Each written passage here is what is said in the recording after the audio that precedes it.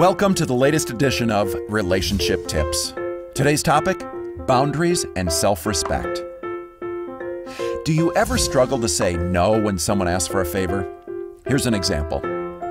A coworker calls and says that he needs a ride to the airport at 4 o'clock the following morning. Without any thought, you automatically agree to the request. Then, a few minutes later, you start to feel resentful, maybe even angry with yourself for agreeing so quickly. Why do you feel like this? Because you didn't consider how full your schedule was that day.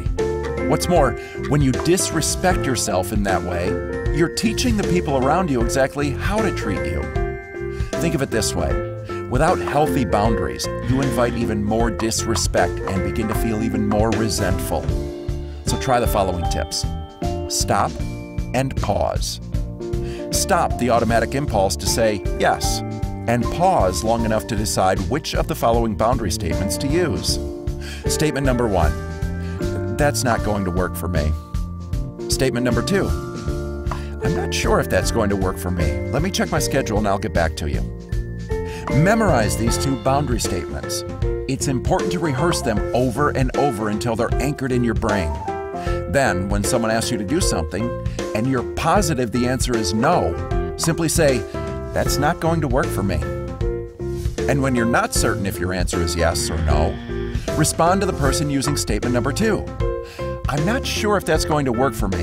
Let me check my schedule and I'll get back to you.